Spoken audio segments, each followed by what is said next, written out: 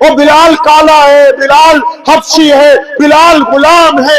بلال تو جب بیت اللہ میں آتا تھا مکے کے چودھری اس کو مارتے تھے، ابو جہل مارتا تھا، عتبہ مارتا تھا، ولید مارتا تھا، عبداللہ بن جدان۔ اور بھائی بلال کو کیوں مارتے ہو؟ اجی بلال کی ذات نیچی ہے، اور بلال اس کنویں سے پانی نہیں پی سکتا، اور بلال اندر نہیں آ سکتا، بلال کالا ہے، بلال حبشی ہے۔ اب یہ محمد آئے ہیں، کہیے صلی اللہ صلی اللہ صلی اللہ صلی اللہ۔ اب یہ محمد آ گئے صلی اللہ علیہ وسلم، جنہوں نے اعلان کر دیا کہ آؤ اب میرا دین آ گیا، آج کے بعد کوئی چودھری نہیں، آج کے بعد کوئی گورا نہیں، آج کے بعد کوئی کالا نہیں، آج کے بعد کوئی امیر نہیں، آج کے بعد کوئی غریب نہیں۔ آ گیا ہے لڑائی میں اگر وقت نماز قبلہ رو ہو کے زمین بوس ہوئی، قوم حجاز ایک ہی صف میں کھڑے ہو گئے، محمود اور ایاز۔ نہ کوئی بندہ رہا نہ کوئی بندہ نواز، بندہ صاحب و محتاج و غنی ایک ہوئے، تیری سرکار میں پہنچے تو سبھی ایک ہوئے۔ پتہ لگا اسلام کا مقصد؟ اسلام آیا ہے، نبی علیہ السلام نے دنیا کی، ہمارے نبی محمد صلی اللہ علیہ وسلم نے دنیا کی دکھتی ہوئی رگ کو پکڑ لیا۔ آپ کے لیڈر کیا کہتے ہیں کہ ہمیں جتاؤ، اچھی روٹی، اچھا کپڑا، اچھا مکان، اچھی سڑکیں، ساری امریکہ میں جاؤ الیکشن ہوتا ہے، وہاں کا صدر کیا کہتا ہے؟ مجھے جتاؤ، اچھی ہاسپٹلٹی، اچھے میں مینٹیننس، اچھی سڑکیں، اچھے سکول، اچھی تمہاری انویسٹمنٹ کرواؤں گا۔ پوری دنیا میں کہیں چلے جاؤ، سعودی عرب بھی کیوں نہیں چلے جاؤ، وہاں کا بادشاہ بھی یہی کہے گا اچھی سڑکیں یہ وہ۔ لیکن میرے نبی محمد صلی اللہ علیہ وسلم نے نرالی بات کی ہے، کہیے صلی اللہ علیہ وسلم، میرے نبی محمد صلی اللہ علیہ وسلم نے نرالی بات کی۔ کیا حکم دیا؟ اور فرمایا روٹی کپڑا مکان ضرورت نہیں ہے انسان کی، سب سے بڑی ضرورت انسان کی عزت نفس ہے۔ اسی پنجابی جی کہنے انہیں تو پنجابی سمجھ آ چکی تھوڑی بہت نہیں؟ اسی پنجابی جی کہنے انہیں بھی پھپھڑ کیوں ناراض ہو گیا ہے بھائی؟ خالو ناراض ہو جاتا ہے نا، جس کو داماد کہتے ہیں، اسی پنجابی جی کہنے پھپھڑ کا تو ناراض ہو گیا۔ جب شادی ہوتی ہے نا سالوں کی، پھپھڑ آتا ہے، خالو، داماد جو ہوتا ہے گھر کا، وہ کسی بھی بات پہ ناراض ہو کے گھر کو واپس بھاگ جاتا ہے۔ بھائی کیا بات ہو گئی، آپ ناراض کیوں ہو گئے؟ تو جب پوچھتے ہیں پھپھڑو بھی ناراض کیوں ہو گیا، کوئی روٹی اچھی نہیں تھی، کپڑے نہیں دیے، کیا بات ہوگی؟ پتا وہ کیا کہتا ہے؟ آپ کسی کے پاس جائیے، آپ میں سے بھی کوئی ناراض ہو کے چلا جائے گا، اس لیے نہیں جائے گا وہ کہ روٹی نہیں ملی، پانی نہیں ملا، نہیں، وہ ناراض کیوں ہوئے؟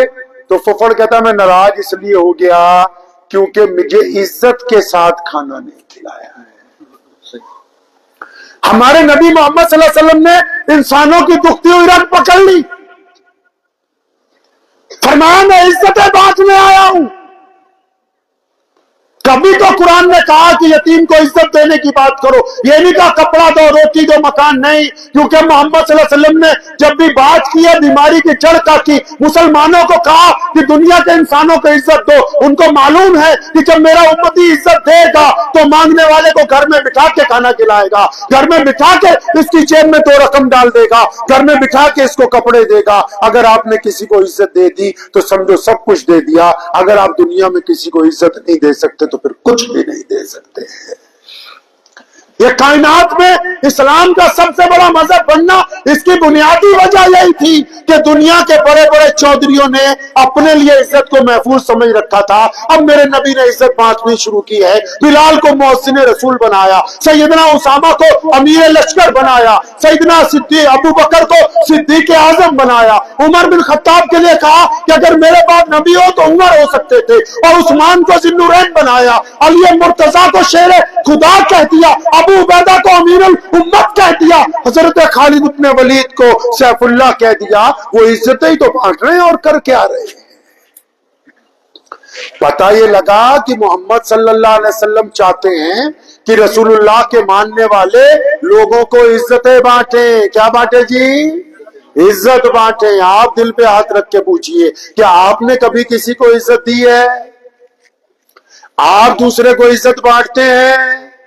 آپ کو پتا ہے ہمارے نبی محمد صلی اللہ علیہ وسلم نے سیدنا بلال کا اس وقت ساتھ دیا جب وہ چکی پیس رہے تھے، مسلمان نہیں تھے۔ ایک بوڑھی عورت کا قصہ آپ سنتے ہیں گٹری اٹھانے کا، وہ بھی مسلمان نہیں تھی۔ ایک اور خاتون کا واقعہ آتا ہے جس کا تیل گر گیا، اس کی نبی صلی اللہ علیہ وسلم مدد کرنے پہنچے، وہ بھی مسلمان نہیں تھی۔ حاتم طائی کی بیٹی کا واقعہ آتا ہے، وہ نبی علیہ السلام کے دربار میں پہنچی، آپ نے اس کے سر پہ اپنی چادر دوپٹہ بنوا کے رکھوائی، وہ بھی مسلمان نہیں تھی۔ پتہ یہ لگا کہ محمد رسول اللہ صلی اللہ علیہ وسلم کے دربار میں جو کوئی بھی آیا، وہ چاہے مسلمان ہو یا پھر غیر مسلم ہو، میرے نبی نے ان کو عزتیں بانٹی۔ کیا ہم بھی اپنے نبی صلی اللہ علیہ وسلم کے طریقے پہ عزت بانٹتے ہیں؟ کیا ہم میں بھی وہ کوالٹی ہے کہ ہم نبی صلی اللہ علیہ وسلم کے کہنے کے مطابق لوگوں کو عزتیں بانٹتے ہوں، یا ہم لوگوں کی عزتیں چھینتے ہیں؟ آپ کو پتا ہے کہ یہ مسجد ہے، اس میں 5 وقت نماز ہوتی ہے، پتا ہے اتنی بات بھائی؟ ارے بولتے رہیے، معلوم ہے نا مسجد میں کیا ہوتا ہے جی؟ نماز پڑھتے ہیں 5 وقت۔ لیکن اگر یہ پوچھ لیا جائے کہ ہم نماز کیوں پڑھتے ہیں، بتاؤ؟ اللہ کی رضا کے لیے۔ اب اندازہ لگائیے ہم لوگ اسلام سے کتنا دور ہیں۔ کوئی کہے گا اللہ کی رضا کے لیے، کوئی کہے گا اللہ کا حکم ہے، لیکن قرآن پاک نے اس کا ذکر کیا کہ نماز تم پر فرض کر دی گئی ہے تاکہ تم گندی باتیں کرنی چھوڑ دو، اچھی باتیں کیا کرو۔ اس کا مطلب یہ نماز ایک ضرورت ہے اور اس کا ایک مقصد ہے، کیونکہ نبی صلی اللہ علیہ وسلم کو ایسے لوگوں کی ضرورت ہے جو نبی کے دین کو آگے پہنچائیں، نبی کے اخلاق حسنہ کو آگے پہنچائیں، نبی کی باتوں کا عملی نمونہ بنے۔ تو نبی علیہ السلام کو نماز اللہ نے دے دی کہ جو نمازی ہوں گے نا، وہ گندی باتیں نہیں کریں گے، وہ اچھی باتیں کیا کریں گے، وہ اچھے اخلاق والے ہوں گے۔ اور بلے شاہ نے کیا نا، پنجابی دے وچ کیا بلے شاہ نے، وہ نماز بھی نیتی جانے ہو، ٹھگی بھی کیتی جانے ہو، وہ یا کی کیتی جانے۔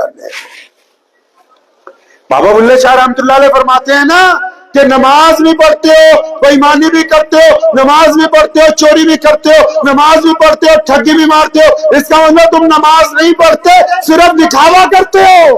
قرآن نے کہا نا ارأیت الذی یکذب بالدین، پڑھی کبھی آیت آپ نے؟ نماز میں پڑھتے ہوں گے۔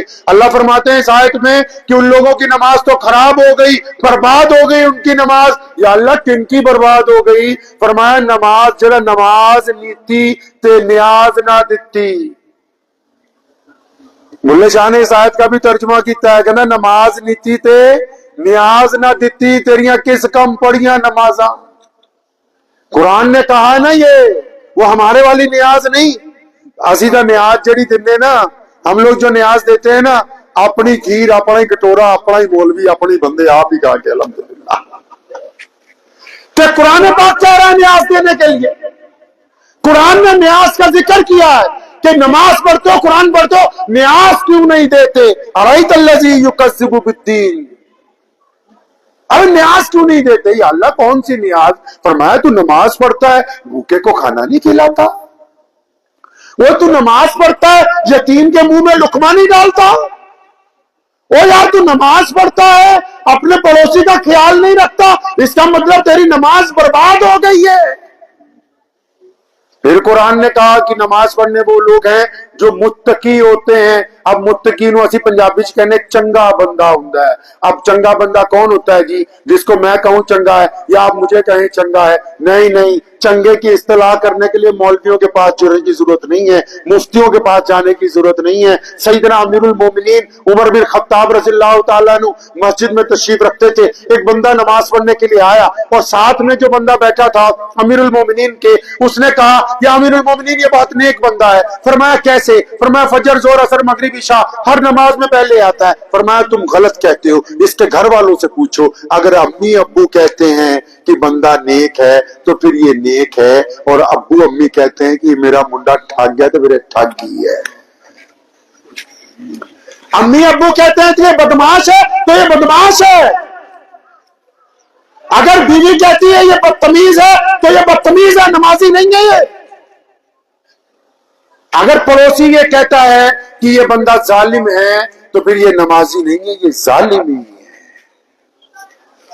ہم محمد رسول اللہ کے دین کے نمائندے ہیں بھائی. ہمارا کام دین کو اپنی عملی زندگی میں پروجیکٹ کرنا ہے, اپنے نبی صلی اللہ علیہ وسلم کے طریقے پر چلنا ہے.